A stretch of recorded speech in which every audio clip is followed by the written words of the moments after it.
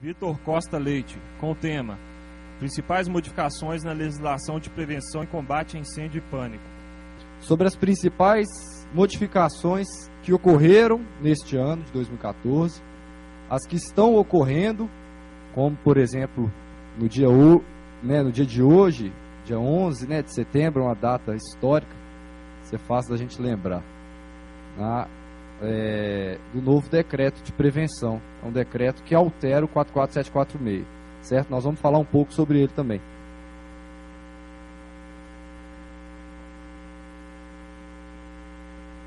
Bom, então, como o Tenente Coronel Alexandre disse no agradecimento aqui, o Corpo de Bombeiros já desde 2005, quando se iniciou o trabalho de normalização no Estado, a gente tem tentado adaptar as nossas regras com a evolução da sociedade e também com o nosso aprendizado. São já 8, agora 9 anos de experiência, especificamente com legislação estadual. Antes nós tínhamos várias facetas no Estado, cada município tinha sua legislação, o que dificultava muito o conhecimento por parte não só dos bombeiros, como também de toda a sociedade civil que labuta nessa área. Então a gente já fez algumas revisões que não vão ser tratadas aqui, como a Instrução Técnica 23, que versa sobre a parte de GLP, centrais, etc. E aí, demais instruções também que já foram aprovadas até o ano passado, nós não vamos citar. Algumas específicas que são mais pesadas, a gente está trabalhando em palestras exclusivas. Como os senhores podem ver aí, como controle de fumaça, vai ter uma palestra sobre isso. A nova IT de saídas de emergência, que está para ser publicada. Ok? Então, os objetivos principais das revisões, trazer para o corpo da norma todas as alterações ocorridas através de outros documentos. Então, o Corpo de Bombeiros, como uma forma de resolver problemas pontuais, começou a exarar normas paralelas, como o caso das circulares, para corrigir situações pontuais que vinham dando muito problema, e aí a gente cita aí, mais de 15 circulares só sobre saída de emergência, para tentar contornar essas situações que a gente via que era problemático e a ABNT não corrigia na 9077, ou seja, nós começamos a fazer uns trabalhos paralelos. Então, o objetivo dessas revisões é inserir no corpo da norma, facilitar a consulta, todos esses atos normativos. Também modernizar critérios normativos, garantindo maior segurança nas edificações. Os senhores vão ver que, pelo fato da gente ter tido um início muito abrupto no ano de 2005, o trabalho de normalização não foi um trabalho de muita pesquisa, foi um trabalho assim, de um pouco compilação e, é claro, adaptação. Então, a sociedade evoluiu muito nesse tempo. 2005 para cá, hoje se fala em mudança de geração a cada 7 anos. Então, a sociedade evoluiu demais. Eu tinha até uma charge aqui que eu resolvi tirar pela seriedade da palestra anterior. Eu falei, não, mas depois eu coloquei ela mais para o final. Então, a gente fica vendo as pessoas no celular, Eu imagino quem estava filmando na Boate Kiss. Será que ele não notou o perigo que ele estava correndo? Quanto tempo que demorou para parar a filmagem? O fogo acontecendo, ele filmando, parece que era um celular, pela qualidade da imagem, certo? Isso é evolução também. Então nós temos que trabalhar as medidas preventivas para se opor a esse risco, certo? Então já disse também, a questão da construção civil também. A gente também está colocando nessas normas novas. Então, citando aqui, acredito que eu coloquei aqui por extenso, mas a IT01, não preciso dizer o que é, já está. Então, as normas que foram revisadas neste ano e aí eu destaco ali algumas que vão ser trabalhadas em outra apresentação. Então, a primeira mudança foi a mudança das tabelas de medidas de segurança contra incêndio e pânico. A tabela que constava da IT01. Depois eu vou falar um pouquinho do porquê dessas mudanças mais à frente, certo? Sistema de proteção por extintores, também nós temos uma IT segunda edição. Essas todas aqui foram através da portaria 17, um ato normativo constando todas elas. A IT de eventos temporários, que nós vamos ter o prazer de ter uma palestra com o capitão Duarte sobre a IT de eventos temporários. É um documento que pega normas do mundo inteiro e expertise que a gente adquiriu em todos os eventos realizados no nosso estado e colocou nesse documento. Por não ter participado, eu posso dizer, a gente trabalhou muito num evento, um mega evento que é a Jornada Mundial da Juventude, que se tivesse observado essa norma editada no início desse ano, teria ocorrido menos problemas do que nós tivemos lá. É uma norma muito atual e com critérios muito modernos, né? Então, assim, parabéns, né, para quem trabalhou nela, Capitão Duarte. Questão também da IT de controle de materiais de acabamento. E aí uma curiosidade que nós tivemos, né, eu até me identifiquei muito aqui com o discurso do Major Freitas. Essa IT era para ela existir desde quando começou o Serviço de Segurança contra Incêndio e Pânico no Estado. Se vocês observarem, desde a primeira tabela do Decreto 43.805, já constava essa medida de segurança. Entretanto, por pressão do mercado, ela não saiu. Ela ficou, existia a previsão normativa, mas não existia a norma. Então, essa norma ficou em stand-by, né, esse tempo todo. E foi preciso do impulso que ocorreu no Rio Grande do Sul para a gente trazer ela. Sendo que a NBR já existe desde 1986 sobre o assunto. E acesso de viaturas nas edificações e áreas de risco.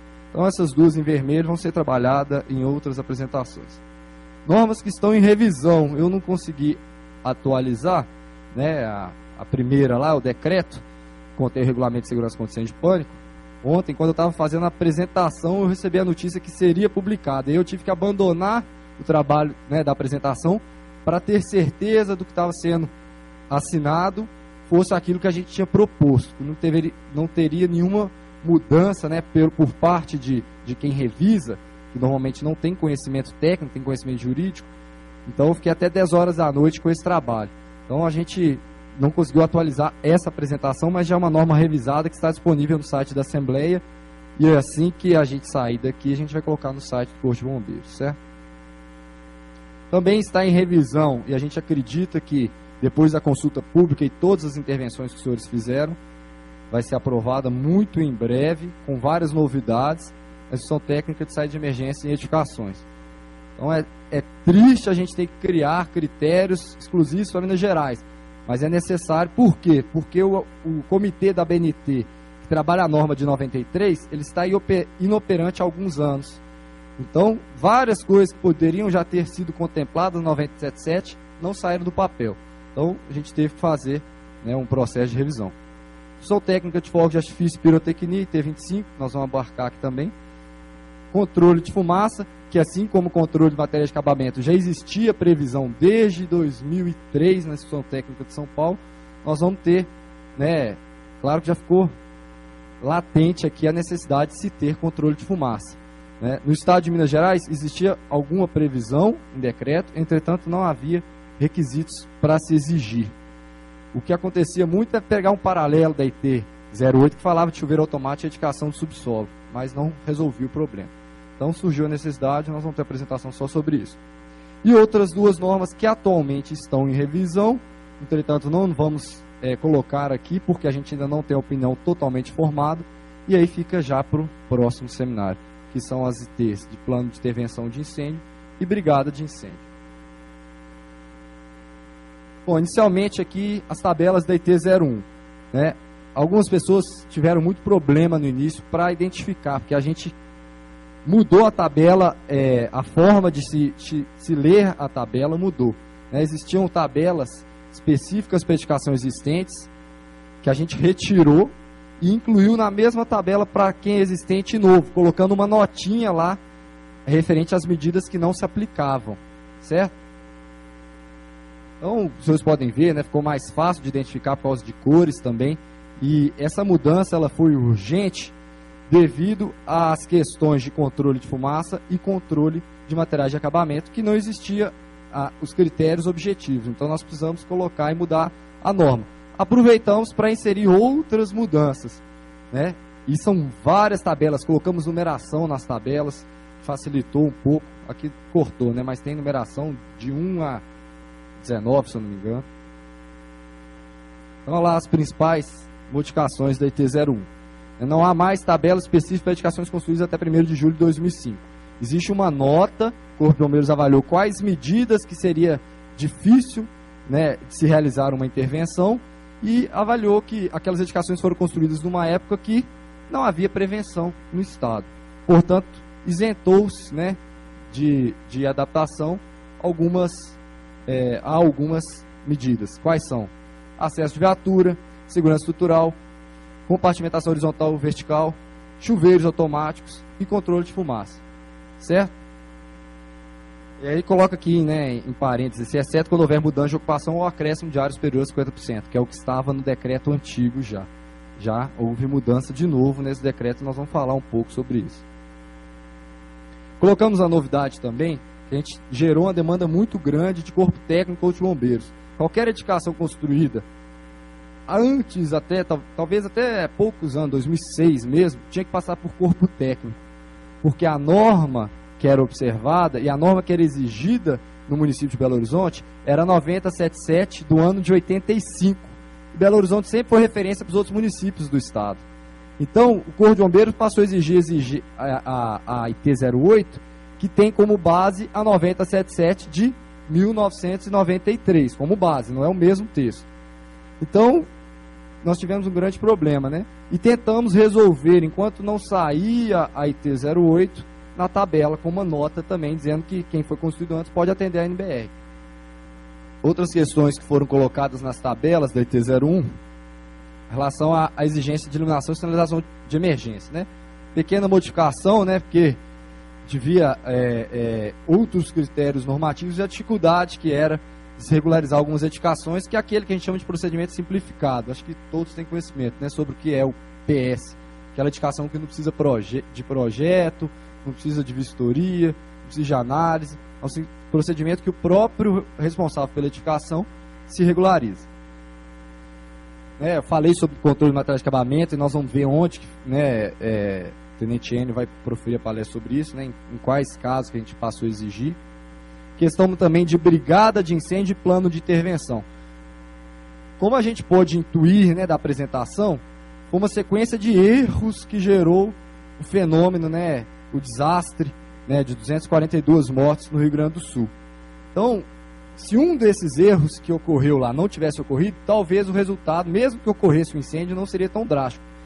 E duas coisas simples e de fácil adaptação podem ser exigidas, que são brigada de incêndio e plano de intervenção.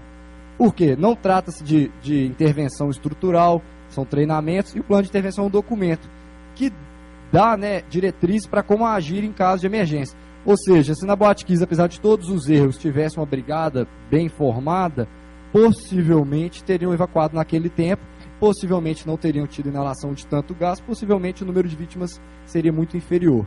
Então, uma forma da gente atenuar os grandes desastres, e aqui está o principal formador de brigada de incêndio hoje do Corpo de Bombeiros, treinou a brigada da cidade administrativa, a maior brigada do estado de Minas Gerais. Quantos mil homens que tem a brigada? 2.000. Só na cidade administrativa tem 2.000 brigadistas, né? E é interessante porque a brigada movimenta a vida da pessoa.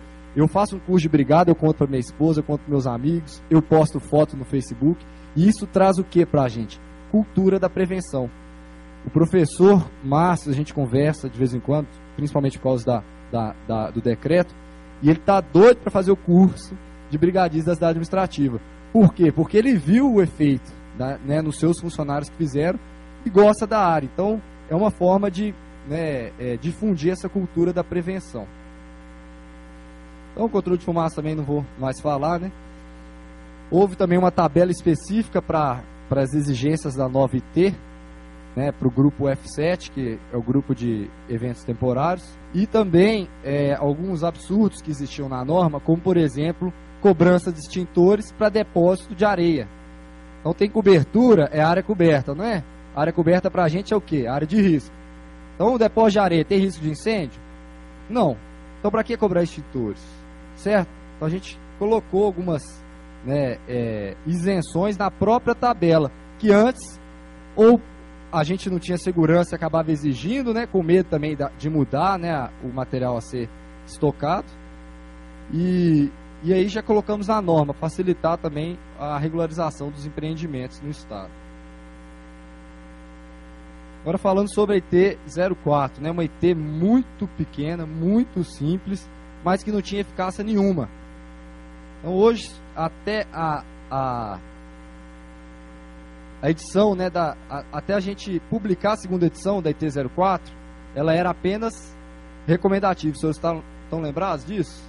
Recomende-se aos condomínios. E aí falava, precisa do portão de acesso. Ou seja, se o portão atender, para dentro não tem problema. Então você faz um portão e acaba com a via de acesso. Ou se tiver alguma passagem elevada, não precisa exportar o veículo.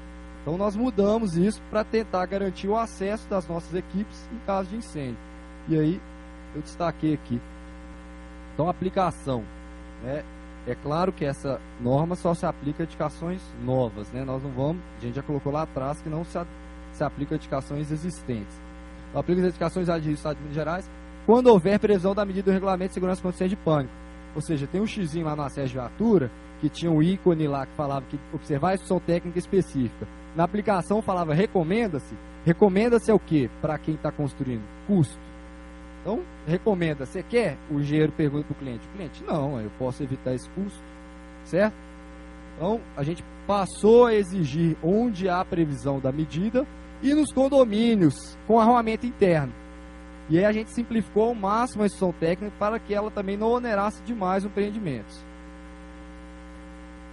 Então, as exigências que antes tinha faixa de estacionamento de veículos, uma reserva, né, na frente da edificação, nós retiramos e aí simplificamos da seguinte forma. A previsão agora é que haja portões e vias de acesso para veículos. Quando a edificação, mesmo que tenha arruamento interno, tiver o hidrante de recalque localizado para a rua, nós não vamos exigir a medida, porque a gente colocou lá, ó, a via de acesso deve estar no máximo 30 metros da edificação. Então, a edificação que não tem sistema de hidrante, a gente coloca 30 metros, por quê? Porque as nossas mangueiras de combate a incêndio têm 15 metros.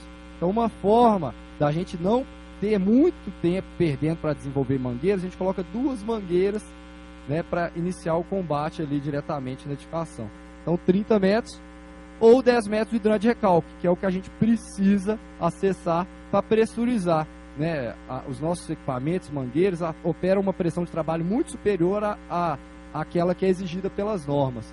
Então, o sistema de hidrante pressurizado por uma bomba comum de edificação, ela não tem a mesma eficiência que as nossas bombas. Costuma ter vazão 4 a 5 vezes menor. Então, a eficácia também é menor. Por isso, essa questão dos 10 metros, né?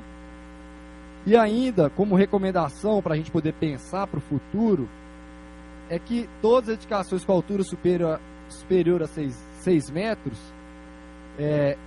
elas possuem um afastamento da via pública ou do arruamento interno inferior a 10 metros. Por quê? Porque nós temos ações de salvamento.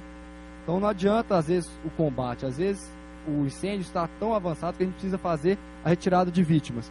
Então, foi uma sugestão que a gente acatou, por enquanto, como recomendativo, por questões de salvamento, né? A viatura chegar, a escada Magiros, ou outras que a gente, né, adquiriu, e evitar, né? A gente está falando hoje muito da Boate Kiss, mas a gente teve, na década de 70, 2 grandes incêndios, né, no estado de São Paulo, que por falta de escada e outras questões, morreram muitas pessoas. Petício Andraus e Joel. Agora sobre a IT 16, que é extintores, né?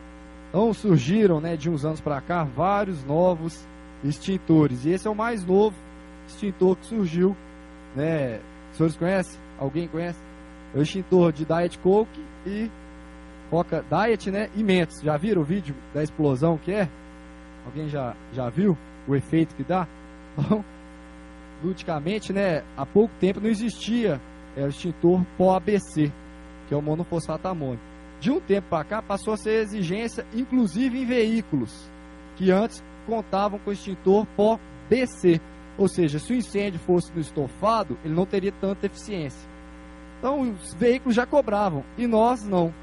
Então, a gente, com a nova NBR, são várias NBR de 2013. A gente citou 2, a 12693 e a 15808, a gente resolveu adaptar a nossa nova norma, certo?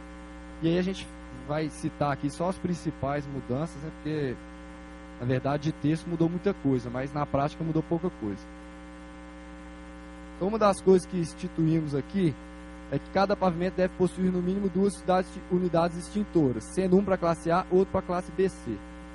Então, antigamente a gente podia ter por pavimento apenas o extintor classe A.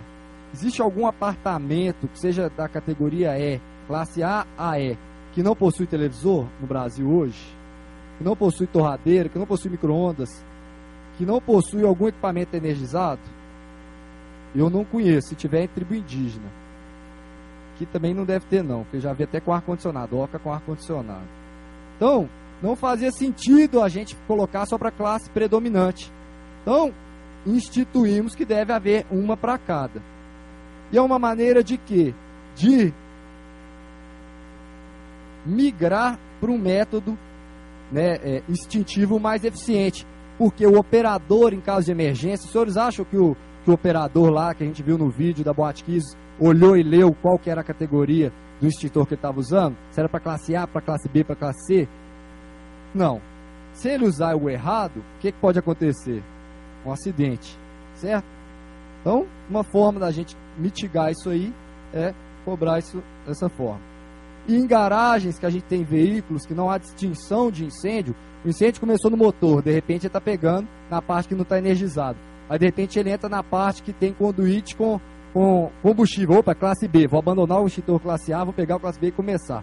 Agora passou para a área energizada, opa, vamos para a classe C. Então existe proteção por ABC, certo? Hoje já existem várias indústrias que fabricam o extintor, fazem recarga. Então não é um privilégio nenhum, né? E não é dificuldade nenhuma em se encontrar mais o que ocorria no passado. Outra questão que a gente aboliu, a questão da área de cobertura do extintor. Então, antes a gente tinha que fazer 2 contas para dimensionar o sistema de extintores. Começava pegando a área do pavimento, dividindo pela área de cobertura de 1A, achava quantos A precisava, depois a gente fazia uma continha de quantos extintores precisava, depois olhava se atendia o caminhamento. E aí a gente foi ver de onde foi tirada essa questão da área, né? Pegaram uma norma que falava de 20 metros, copiaram, aí fizeram um círculo.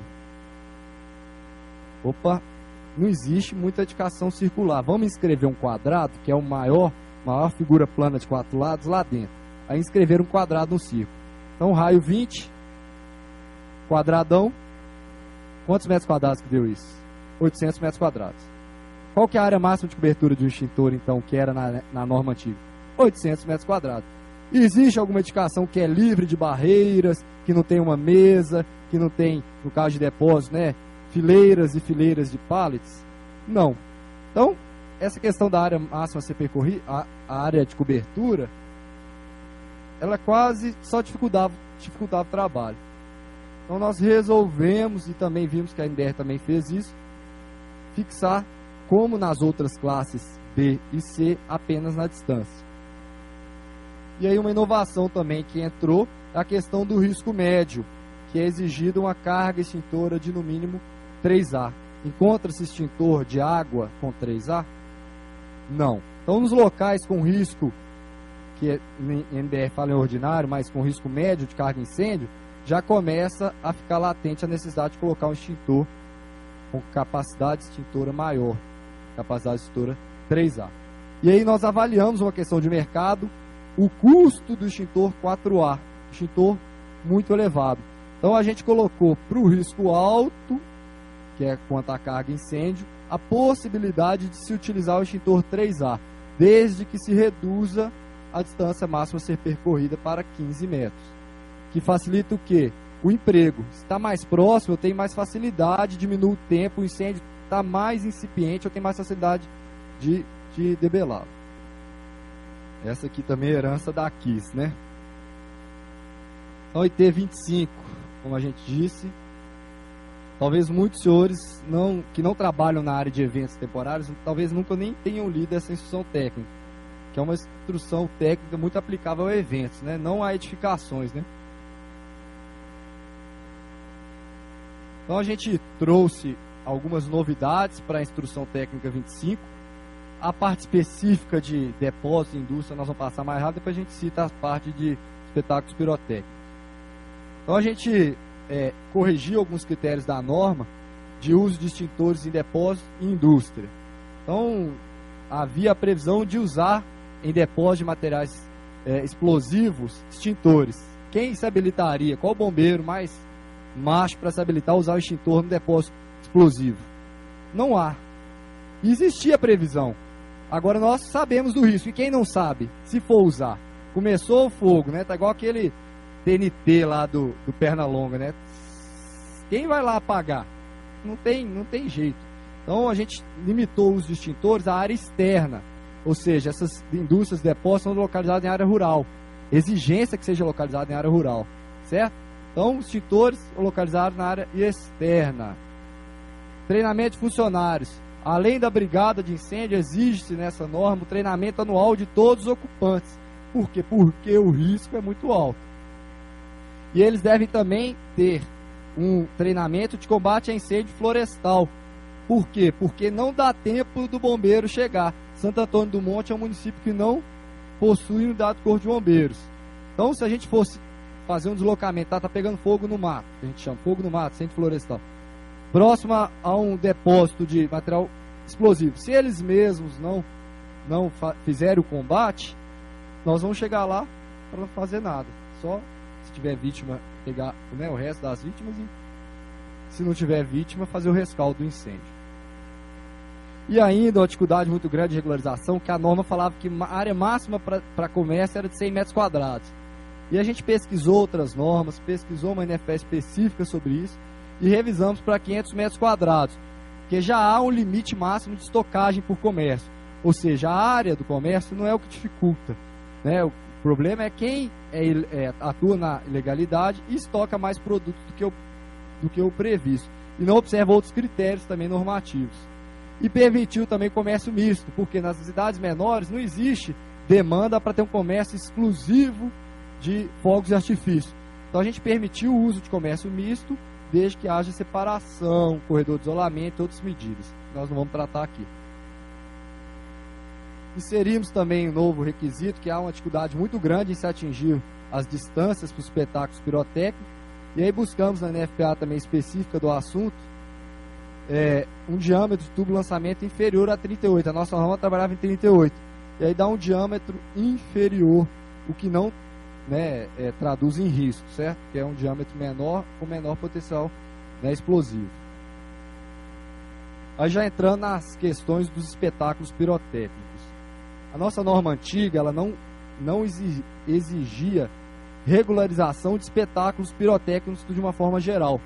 Existia a demanda nos eventos temporários de regularização e nas edificações comuns, como o caso, né, aconteceu no Canecão Mineiro, e acontece todo dia queimas de fogos, talvez não todo dia, mas todo fim de semana. Não existiam critérios objetivos para isso no Estado. E aí a gente colocou na IT 25, que está em fase final, né, de edição, e colocou no decreto também. Quem já leu o novo decreto? Saiu hoje. Ninguém, né? Nem eu. Eu li ontem só, mas não está vacinado ainda. Então a gente colocou os critérios. Quais são? Tem como o bombeiro estar em todos os locais ao mesmo tempo que está acontecendo queima? Não. Nem se fosse o bombeiro maior bombeiro do mundo, não teria como, né? A gente criou responsabilidades, observando normas específicas do Exército, que é quem tem atribuição de fiscalização de produtos controlados, e aí não só essa parte, como, né, munição, etc. E aí a gente colocou que os espetáculos pirotécnicos deverão ser planejados e acompanhados por profissional devidamente capacitado. Dentre eles, existem 2 que têm essa atribuição, que é um responsável técnico, em geral um engenheiro químico, ou um blaster, que é um profissional. Até aqui na plateia tem um blaster aí, até do bombeiro, que fez um curso lá em São Paulo sobre isso. Capitão Nunes, né? Isso aí. Então, existe a presença, o planejamento e acompanhamento por esse profissional. Porque o bombeiro também, ele não tem como, mesmo que ele estivesse no local, certificar de que o produto comprado é o produto adequado. Porque hoje o mercado ele é muito bombardeado por produtos de fora. né, apesar de ser um produto controlado, né, a importação ilegal ela ocorre. Então, né, nada melhor do que colocar alguém que tem conhecimento e estudou o assunto para pesquisar, se for o caso, fazer o teste antes e ter certeza que aquele produto é o adequado. Colocamos também uma questão que já está na norma do Exército, né, produtos nacionais importados deverão ser certificados pelo Exército Brasileiro. E quem nos ajudou a fazer essa norma foi o especialista, o maior especialista na área de espetáculos pirotécnicos, né, que é lá de Santo Antônio do Monte, do Senai, e ele trabalha no laboratório que faz essa certificação para o Exército. O Exército tem atribuição, mas quem faz a certificação não é o Exército, é um laboratório que fica lá em Santo Antônio do Monte, o único no Brasil, por sinal. Então nós colocamos aí critérios, né, que o responsável técnico, o blaster, deve pesquisar características do produto a ser utilizado, funcionamento, etc., que vão garantir o seu adequado uso, né. Outra questão, né, bote que se tivesse sido fogos indoor, Major, teria acontecido alguma coisa? Então, um elemento que retirasse, ou não aconteceria nada, ou não teríamos uma tragédia tão grande, certo? Então, como forma de evitar. E aí colocamos também, como colocamos no decreto para ganhar força, né? O decreto é uma norma superior à instrução técnica, que os fogos de interior, o uso de fogos no interior deve ser utilizando os artefatos indoor. Aí tem vários aí, GERB, Flame, Airburst, não? São modelos que são utilizados que não produzem calor, ou o calor produzido é muito baixo que não gera risco, né, de iniciar um incêndio.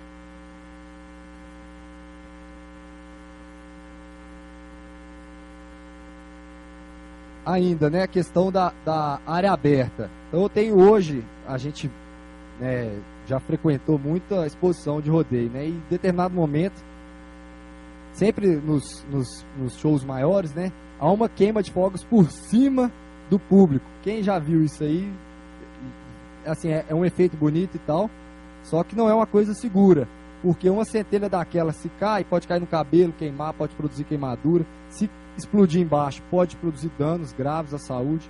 Então a gente colocou também que se não houver o distanciamento, tem que utilizar os fogos frios, são os fogos indoor.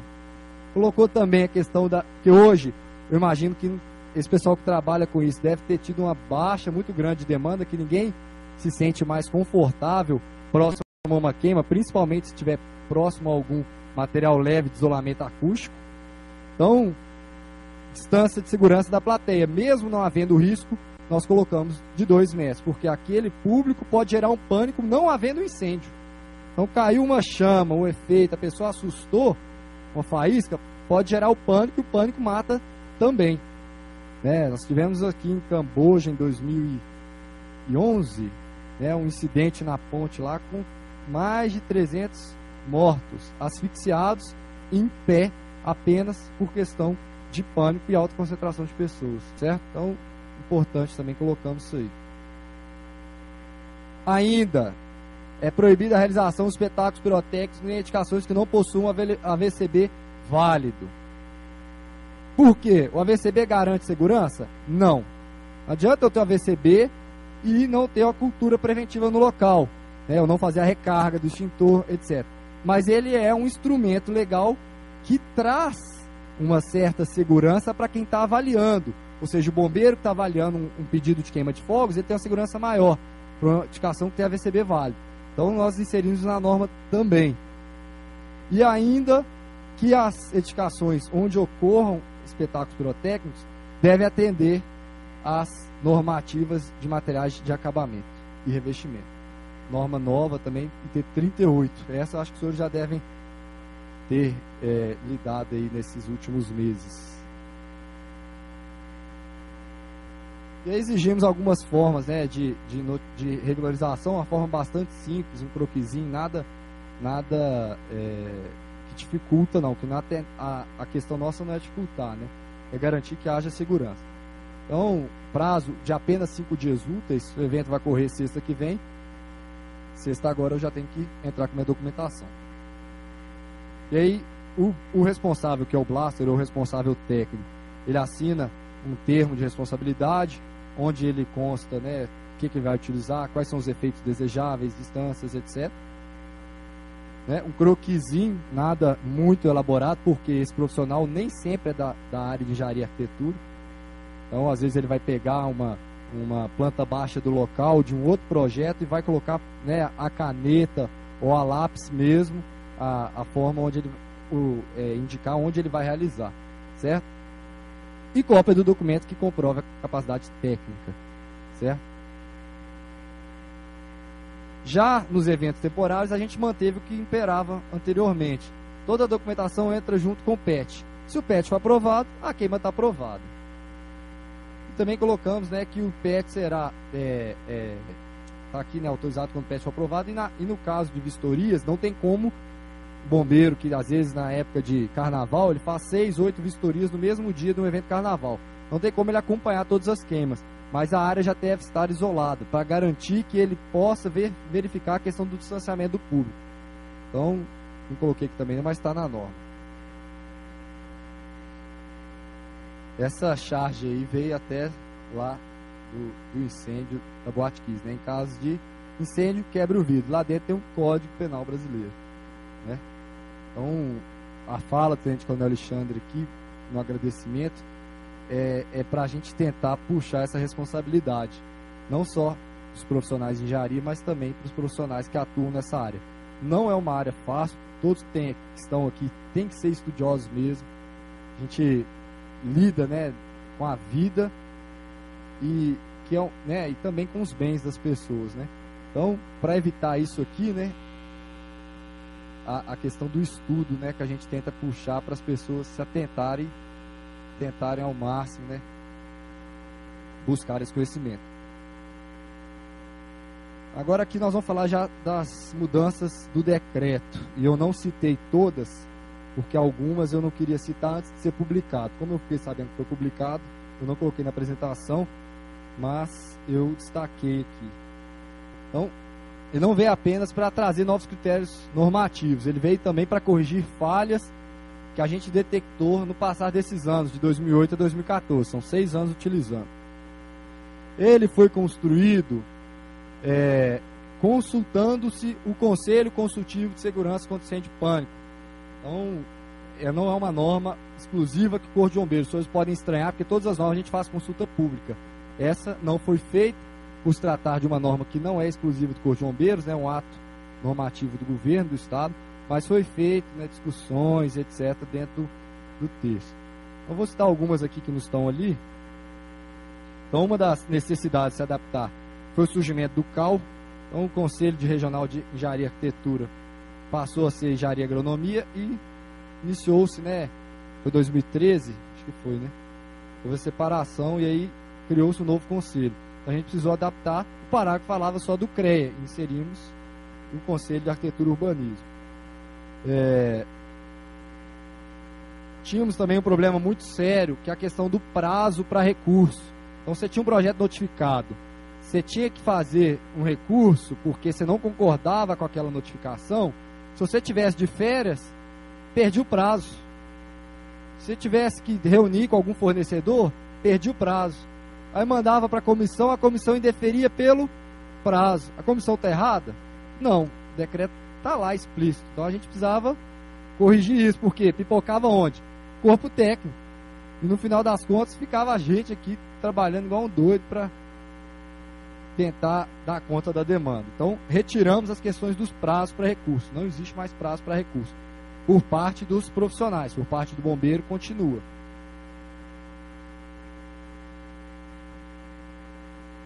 E também a questão do risco iminente. Interdição só pode quando tem risco iminente. O que é risco iminente? Certo? Então nós ampliamos de uma forma que garanta interdições parciais, que garanta a maior eficácia das sanções administrativas do Corpo de Bombeiros. Então depois vocês vão ler o decreto lá e vão ver que ele tem algumas novidades interessantes. Bom, outra questão que a gente tinha muito problema, que nós inserimos no decreto, questão das mudanças de ocupação. Eu construo um prédio na década de 80 para alugar. E aí no hall, lá no primeiro pavimento, eu alugo para uma loja. Depois de uns anos, o locatário sai e um restaurante me faz uma proposta. à luz da legislação atual, eu teria que adaptar todo o meu prédio para as medidas de segurança da edificação nova. Tinha como? Não. Em geral, não. Se fosse edificação maior, não tinha como. Então, nós trouxemos mais proporcionalidade para as mudanças de ocupação. De que forma? Se ela ocorrer apenas em uma área específica, ou pavimento da edificação, apenas aquela área deve ser adaptada. Se ocorrer em toda a edificação, aí sim devem ser adotadas as medidas de segurança previstas pela legislação atual. O que é a legislação atual? É a tabela da IT-01. Só que o ano de construção dela é mantido, não mudou. Certo?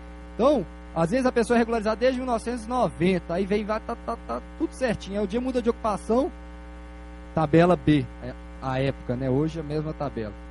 O outro que nunca se regularizou, mudou de ocupação 300 vezes, vem se regularizar no Corpo de Bombeiros no ano de 2014. Tabela A. Então nós acabamos com isso aí, dessa forma. Será mantido como referência a data de construção da edificação existente. Questão das ampliações também, eu vou construir um quartinho lá só para os meus empregados da indústria. Ampliação. Adapta a indústria toda, 55 mil metros quadrados. É viável? Para o Corpo de Bombeiros é fácil. Para os senhores engenheiros é bom fazer um projeto, valor do projeto por metro quadrado. E para quem está lá regular desde muitos anos atrás, é bom? Não. Então, nós discutimos muito essa questão e trouxemos uma nova proporção. Se a ampliação ocorrer em até 25% da área da edificação, e aí quando eu falo edificação, não projeto, que muita gente confunde, acha que edificação é uma planta com 20 edificações, é uma edificação. Então, a ampliação é na edificação. Se eu tenho uma edificação isolada, que ela é uma nova construção, é óbvio que a norma que vai ser atendida é a norma nova. Ela não é considerada uma ampliação, ela é uma ampliação dentro de um projeto, não dentro de uma edificação. Agora, a construção de um novo pavimento, aí sim, é uma nova edificação. Então, a gente está falando aqui ampliações em edificações, não em processo de segurança contra incêndio e pânico, ok? Então, quando for igual ou inferior a 25%, mantém a legislação da época. Ficou bem mais fácil e evita-se o que? O Frankenstein que ocorria. Uma área de edificação tinha extintor com bolinha, a outra área de edificação, extintor novo, que é a área ampliada. Então, 25% é muita área. Observando a legislação da época, certo? Entre 25 e 50, nós já começamos a ter um pouquinho mais de preocupação. Ele passa a ter que manter, a ter que utilizar a legislação nova. Entretanto, ele mantém a data da construção. Eu construí em 1990, falei muito 98 agora. E aí, eu ampliei em 2014, 30% de área. Eu tinha 1.000, agora eu tenho 1.300. Qual que é a legislação que eu vou adotar? Legislação nova. Entretanto, a data de referência da construção é da edificação existente, ou seja, aquelas medidas com dificuldade de se adaptar, que são, a gente citou, acesso de viatura, compartimentação horizontal, vertical, segurança estrutural, ele ainda tem essa isenção. Já que aqui está nos termos da norma atual, a gente manteve. Quando eu amplio mais de 50%, aí a gente não quer nem saber. Adapta tudo aos moldes da edificação nova. É muita área, Você pensar um prédio de 2.000 metros, acrescentar mais 1.000 metros é muita coisa. Então, o investimento ele vai ser tão alto que ele viabiliza a adoção de novas medidas para toda edificação, certo? Acho que ficou mais simples, mais proporcional e não perdemos nada em segurança praticamente. Acho que vai ficar mais fácil a regularização sem perda de segurança. Já em relação a ocupações mistas, como definir medida de segurança para edificação mista? A gente tem uma circular, eu nem lembro o número, apesar que eu fiz ela 23 ou 24, não sei, alguém lembra? 2013? 25, tá quase, mais um número acertável. Então, a gente incluiu a circular aí na norma, como que define medida de segurança contra incêndio e pânico. Então, tem um prédio residencial, 100 metros de altura e embaixo um comércio, 0 metros de altura. Se eu pegar a altura do A e a ocupação do C, eu vou ter que ter chuveiro automático no A. Eu vou ter que ter uma bomba de incêndio muito maior do que a exigida para o A. E é compartimentado, ou seja, o incêndio, se passar, vai demorar muito para passar de uma ocupação para outra. Então, a gente colocou, de acordo com o que está na circular, que a forma de se avaliar as medidas de segurança é considerando a área total e a altura específica para cada edificação. Porque o risco da altura está associado ao risco do pânico, ao risco do tempo de demora das pessoas saírem da edificação. Quem está no C, está no térreo, o tempo é mínimo. Quem está no 15º pavimento, o tempo é alto. Então a gente colocou que as medidas de segurança são específicas para ocupação. Entretanto, algumas medidas de segurança, quando exigida para uma das ocupações, devem ser projetadas para toda a edificação. Por quê? Faz sentido eu ter alarme só numa parte? Evacua uma parte, a outra não, e o incêndio vai continuando. De repente, há um colapso estrutural, todo mundo podia ter saído e não saiu. Então, alarme de incêndio, segurança estrutural, faz sentido? Embaixo tem segurança estrutural, em cima não tem. Aí pega fogo em cima, vai cair. Será que o de baixo vai resistir? Segurança estrutural. Sistema de hidrantes, quando houver previsão, deve ser instalado para toda a edificação. Entretanto, os parâmetros são distintos. Um lugar eu tenho risco baixo, outro eu tenho risco médio, o extintor 2A para o baixo, o extintor 3A para o médio. Quando não houver compartimentação, aí é o pior para todo mundo. O que eu acho que não ocorre mais em edificações novas, né? Ninguém quer ter que entrar no shopping para subir para casa. Deixamos mais clara a questão da ocupação mista, porque tinha a questão de 10% que eu nunca entendi ali naquela leitura da norma. Mas 10% tal, da menor, aí tinha duas ocupações, eles tiravam uma, dava 100%. Então a gente colocou, a ocupação principal é quem determina. Eu tenho uma indústria, eu tenho um refeitório na indústria, eu tenho um auditório, museu. Então lá em cima, ali é F, alguém... acho que é F1 museu, e aqui F11. Então o que é o principal aqui? É o museu, certo? As medidas de proteção contra incêndio e pânico são dimensionadas para o museu. Essa ocupação aqui é secundária, apesar que é quase principal também, mas o principal mesmo fica lá. Então, mas faz sentido eu calcular a população desse auditório com base na população do museu? Não, isso não estava claro na norma. Então, apesar de não ser mista, os parâmetros são específicos da sua ocupação. Então, aqui no caso, uma pessoa por metro quadrado. Museu, não sei, deve ser 1 para 3, 1 para 5, não sei. Então, a população daqui é a população daqui, a população de lá é a população de lá. As medidas são as mesmas. Então, tentamos deixar mais claro isso.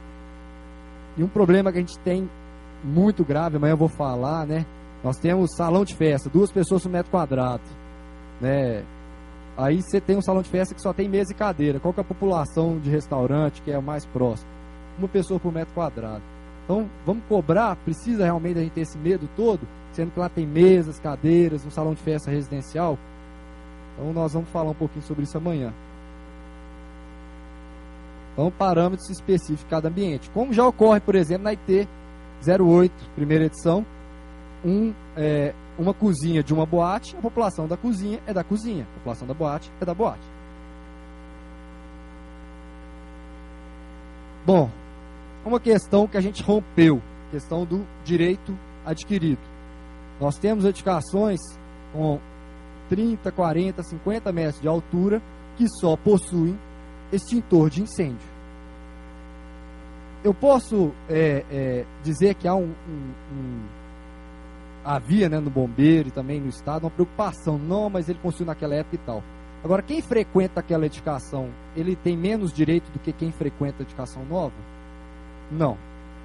Então a gente previu nesse decreto uma forma de mitigar os riscos dessas edificações que foram concebidas a uma época que nem existia preocupação com prevenção contra incêndio e exigiu a adaptação dessas edificações a algumas medidas de segurança contra incêndio e pânico, que são medidas simples, muito fáceis, mas que trazem muita segurança.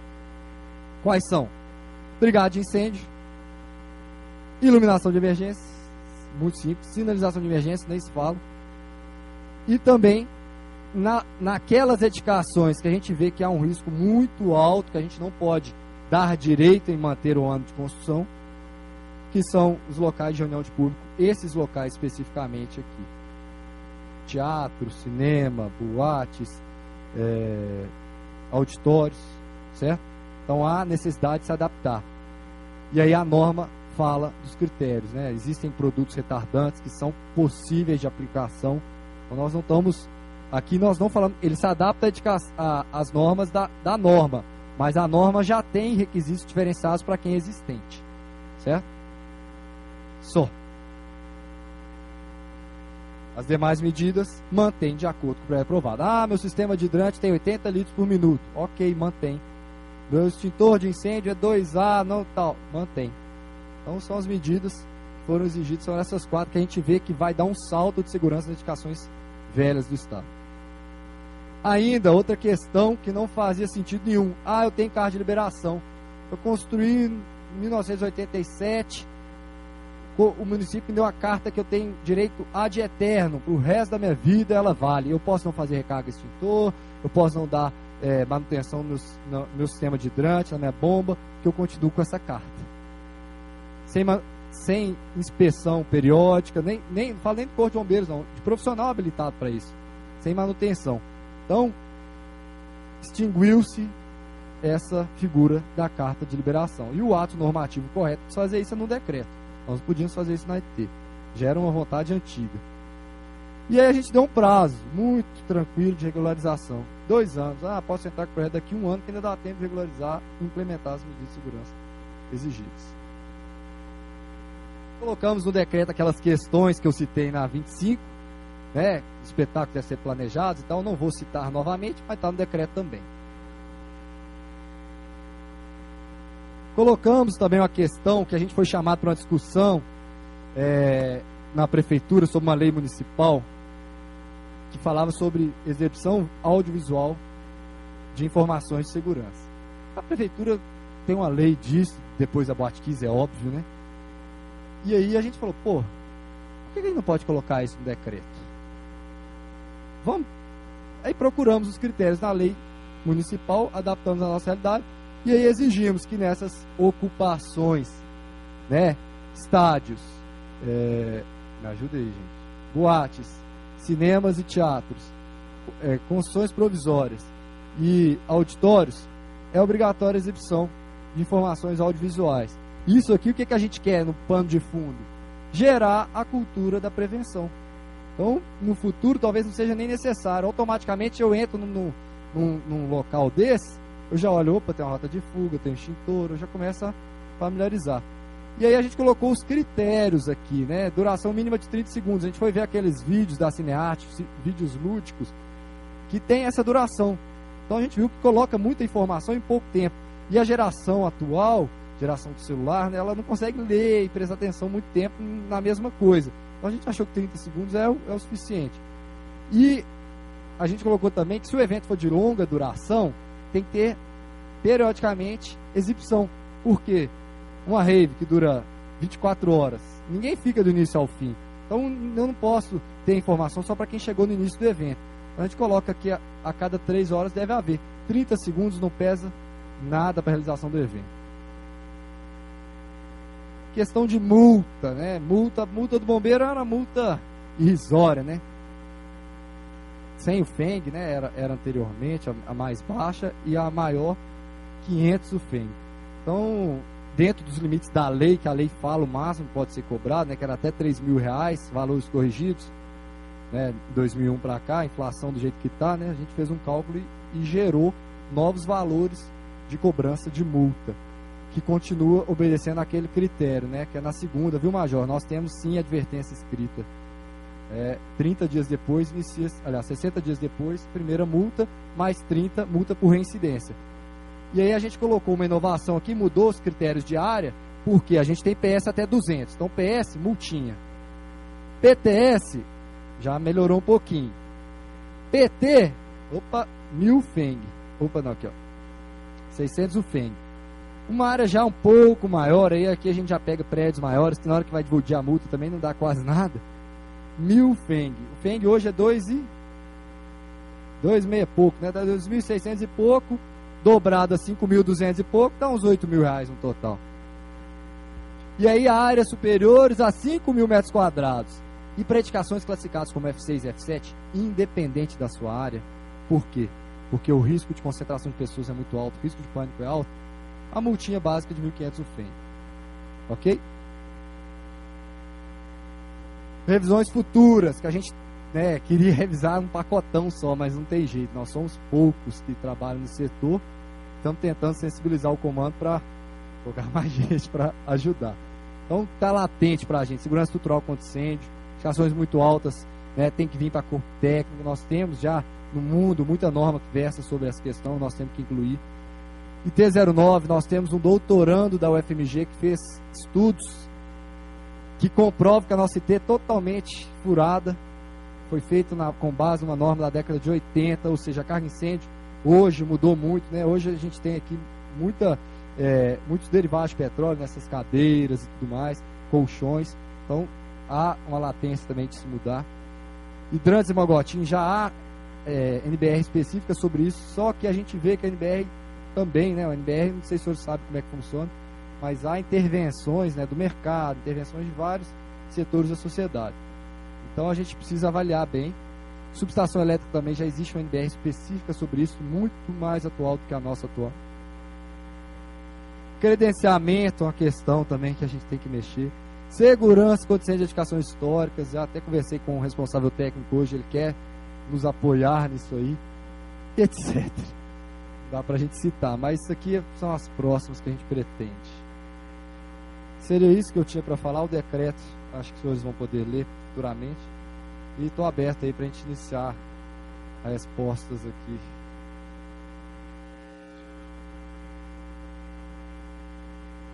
Primeira pergunta aqui. Projetos que deram entrada, mas ainda não foram aprovados em análise, já cobram as ITs novas? 4, 16, etc. Não. Quem deu entrada antes da vigência não deve se adaptar a essas medidas, né? O direito ele é da data de entrada, certo? Então continua valendo as exigências anteriores. É claro que ele tem um tempo, para aprovação já previsto na IT01. Se extrapolar esse tempo, o projeto vai ser extinto, aí vai ter que adotar as novas medidas. Então, quem entrou não tem que adaptar as novas exigências. Isso é claro antes da vigência, né? Antes da vigência dessas ITs. Quando a edificação já possui AVCB, mas ainda não tem sistema de iluminação de emergência, quando formos renovar o AVCB, devemos somente informar para o cliente que esse deverá instalar o sistema de iluminação ou deve-se reaprovar o projeto?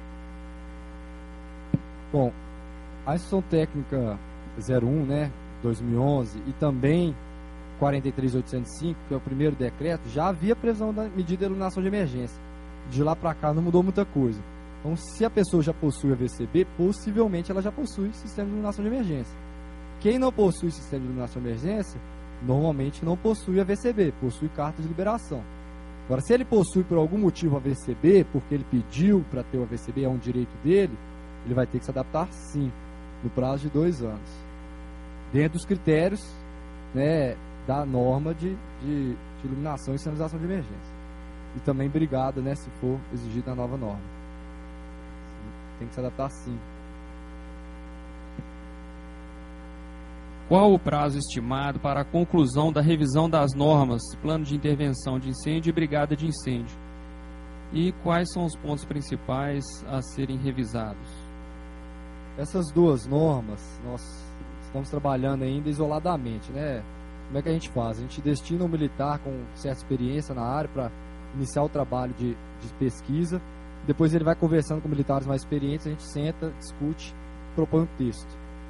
Esse texto é colocado em consulta pública por um tempo, às vezes entre 30 e 60 dias, depende do tamanho da norma. Depois a gente reúne todas essas sugestões. Ou seja, nós estamos na fase inicial, apenas o militar que está pesquisando isso. cerca de 30 dias ele demora para fazer isso. Eu acredito que dentro de uns 15 a 20 dias a gente começa a discutir. Então a minha previsão, contando consulta pública, cerca de 90 a 120 dias para essas duas normas. Já as que já estão, né, prontas, que é a T08 e T25, a gente espera que na próxima semana saia, mas também não é uma promessa, mas que eu espero que não seja dívida, que não sou eu quem assina. A nossa parte a gente já fez. E até agradeço pelas intervenções que todos nos mandaram, né? Deu mais de 100 páginas de e-mails, sugestões, agradecimentos, etc.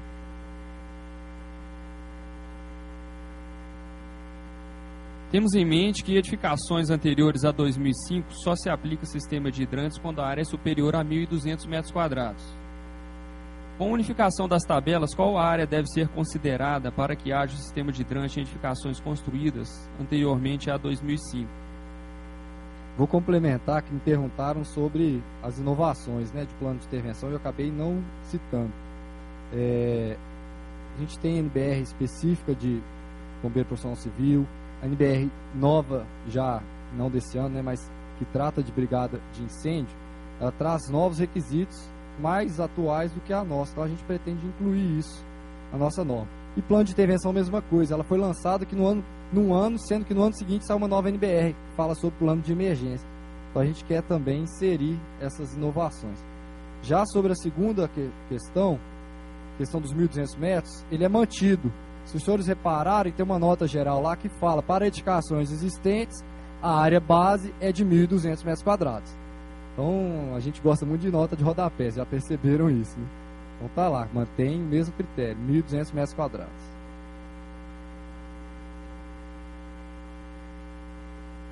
Com o fim da exigência de sistema de hidrantes e extintores em depósitos de materiais incombustíveis, essa área de depósito será desconsiderada no somatório da área total para fins de exigência de hidrante no restante da edificação? Sim, para fins de exigência de hidrante, sim. Agora, para pagamento de TSP e outras questões, não.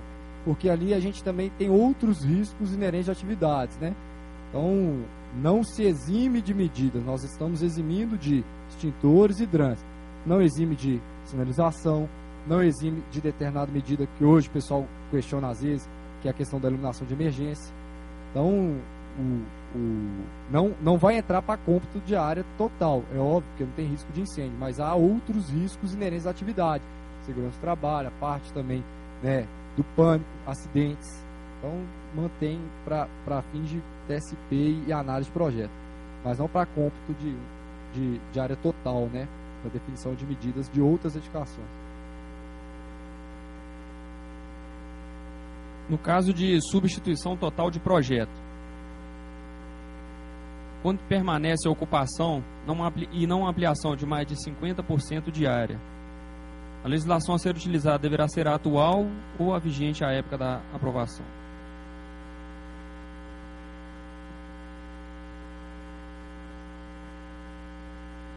Bom, entendi. Mesma ocupação, ampliação. Uma ampliação com mais de 50%, ou seja, a gente deu um exemplo até, né, tinha 2.000 mais 1.000. Qual que será a legislação? Legislação atual. Acima de 25% já é legislação atual. Não é essa a pergunta? Né? Aqui está mais. A ampliação de mais de 50%. Então, com menos de 50%. Aí a gente colocou que entre 25% e 50%, legislação atual. Entretanto, o ano de construção mantém-se o ano quando ela foi construída. Se ela foi construída em 2008, vai ser nova para tudo. Se ela foi construída em 2004, ou até dia 1º de julho de 2005, ela mantém a data de construção, mas a tabela é a tabela nova. Então, entre 25 e 50 mantém a data, a partir de 50 é uma nova data. E até 25, legislação da época. Claro que acrescido, né, dessas medidas que devem se adaptar, iluminação, sinalização, brigada, se for o caso do grupo F, aqueles especificamente, aquelas divisões que a gente colocou aqui, controle de material de acabamento e revestimento.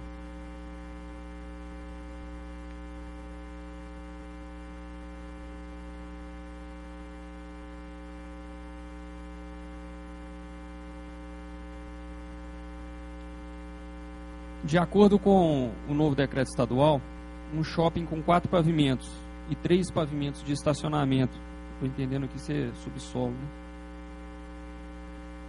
Ou não, 3 pavimentos de estacionamento, só está escrito aqui. Pode ser classificado como misto, havendo compartimentação vertical?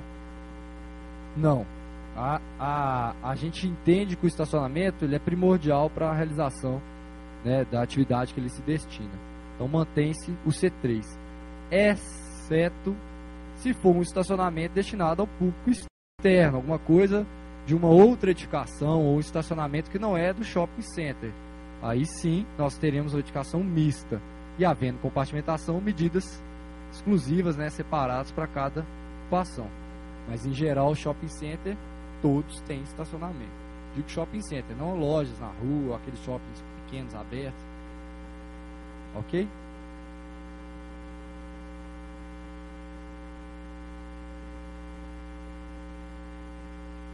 Referente à reserva de incêndio, quando a edificação possui pavimentos residenciais e somente um comercial, qual será a reserva correta a ser adotada? No caso específico da reserva de incêndio, que é uma só, deve-se adotar aquela que exigir mais água. Uma das correções que a gente pretende na IT 17 é acabar com essa questão da reserva por área, porque a gente olha na NBR, olha na NFPA, a reserva é por tempo de operação e ela considera 2 hidrantes simultâneos. Então não adianta eu ter 10 hidrantes abertos, porque eu não vou ter pressão de trabalho. Então, essa questão, né, a área hoje vai ser a área total e vai se utilizar o parâmetro mais rigoroso. Então você tem um shopping, uma loja e um residencial, você vai adotar o parâmetro da loja. Então vai ser o C2, né, o C1, não sei, provavelmente C2. A reserva é para o maior. O Corpo de Bombeiros de São Paulo possui a IT 41, salvo engano, que se aplica às inspeções das instalações elétricas das edificações, uma vez que a ocorrência de curto-circuito é uma das principais causas de incêndio. Há previsão de IT similar aqui em Minas Gerais? Inicialmente, não. Nós não pensamos. Por quê? Essa é uma área já correlata, não é uma área do Corpo de Bombeiros. A questão da instalação elétrica é proteção do equipamento também. Então, nós até pensamos em colocar notas na tabela, né, que deve ser feita, inspeção periódica, etc. e tal. Agora, essa questão do curto-circuito também, né, a gente não sabe, muitas vezes o laudo aponta, mas ele pode ser consequência também, né, que o incêndio nem sempre começa, mas o curto-circuito ele ocorre, um incêndio. A expansão, né, de temperatura, né, aumento de temperatura gera curto-circuito. Então o Corpo de Bombeiros ainda não entra nessa área e não pretende, pelo menos no curto espaço de tempo, entrar. É uma área que é específica da engenharia, né, engenharia elétrica. Então alguns municípios exigem para a regularização de alvará de edificações existentes que se faça, né, um laudo, de inspeção das instalações. Agora, essa indústria de laudo também é uma questão assim, até questionável, né? A responsabilidade do proprietário, que a gente deixou muito claro no decreto, os senhores vão ler lá a nova parte sobre responsabilidades, ela atribui algumas responsabilidades a ele. E a questão da inspeção elétrica é uma questão que deve ser feita periodicamente, principalmente quando há aumento de carga. Então o Corpo de Bombeiros não quer entrar nessa seara, mesmo porque nós não somos técnicos o suficiente para entrar nisso. Então exigir um laudo simplesmente para acatar, né, diferente do laudo de prevenção contra incêndio de pânico, de renovação de AVCB. Ali a gente tem condições de verificar se é o cumprimento de normas. Não vamos entrar nessa área, pelo menos inicialmente. Na nova IT 16, segunda edição, não consta a tabela com a distância máxima para extintor do tipo ABC. Comente a respeito. Bom, o extintor ele é dimensionado para o risco predominante. Então, se eu tenho um risco predominante classe A, qual que é a distância que eu vou adotar? 20 metros. Se for baixo, médio e alto, eu vou utilizar 15 ou 20, depende do extintor. Ah, não, estou protegendo um tanque combustível que tem tantos mil litros de óleo diesel. Opa, ali é risco B, eu migro para a tabela do B. Eu tenho um equipamento ali, uma CPD, né, a central lá, que a gente precisa proteger contra o risco C. Qual que é a distância do C? É a mesma do A, 20 metros. Então verifica-se o risco principal. O que é bastante positivo, que quase nunca você tem o A, B, C. Você tem o A e o C. Grande maioria das edificações e áreas de risco. O A, B, C é mais em garagens. Então, como que a gente faz garagens? O que a gente usa? Risco B, 15 metros. Os demais, em geral, a gente não tem mistura de líquido combustível com sólido combustível. Então, no auditório desse, eu tenho risco A e risco C. Qual que seria a distância? 20 metros. Extintor ABC, nesse caso, 20 metros.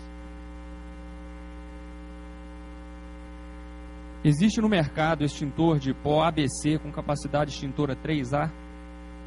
E só uma segunda aqui, quando o risco é médio, qual o extintor de pó ABC utilizar? Existe até 8A. Linha Premium, se vocês pesquisarem, 2 quilos, 3, 4 quilos. Então, a evolução nesse ramo foi gigantesca, né? 3A existe. Existe 4 quilos 3A. Existe 4A? Existe. Quanto mais A, mais caro, certo? Agora, o que eu posso assegurar é que um de água mais um de pó BC é mais caro que um 3A 20BC. Então, o que a gente quis... Não se fabrica. Realmente, o máximo de água é 2A. Por isso que a partir de 3A já se exige um agente extintor mais moderno. Então, a partir do risco médio... Sim, para risco leve. Risco leve, a maioria das edificações é risco leve. Mas a gente não está preconizando que tem que ter água. A gente tem que ter um agente extintor específico para o A. O senhor deve estar confundindo que A é água. A não é água. A é sólido combustível. Nomenclatura. Classe A, sólido combustível. Classe B, líquido combustível. Classe C, material energizado. Classe D e K, que a gente não quis citar aqui, mas que está na norma também. Como não existe norma do NBR ainda sobre o assunto, a gente está deixando ainda fazer com paralelo risco B. Então a gente está lá na norma. Agora, risco A não é água, é sólido combustível. Se você vai proteger um local que exige 3A, você não vai colocar água. Só se você quiser colocar sobre rodas, que é 6A. Você pode colocar água sim. Mas não existe extintor atualmente de água, né? Capacidade extintora 3A. Então, risco médio, você vai ter que migrar para o novo extintor. Então, extintora classe A, B, C. Se surgir alguns apenas classe A, ok, pode utilizar 3A.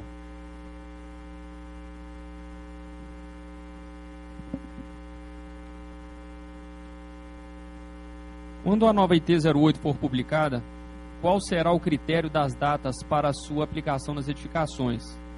Projetos já aprovados na Prefeitura, concebidos na legislação anterior e não protocolados no CBMMG, deverão seguir a nova IT 08? Vamos esperar essa para amanhã, né? Você tá lá, tem uns 3 slides só sobre isso. Estamos querendo ir embora aí, né? Já. Deixa para amanhã. É uma fácil aqui, ó, de responder, pode ser dúvida de muitas pessoas aí. Onde e como conseguir as instruções técnicas? www.bombeiros.mg.gov.br, aba legislação. E lá na aba legislação a gente tem instruções técnicas, normas revogadas, nós criamos, né, normas revogadas. Ok.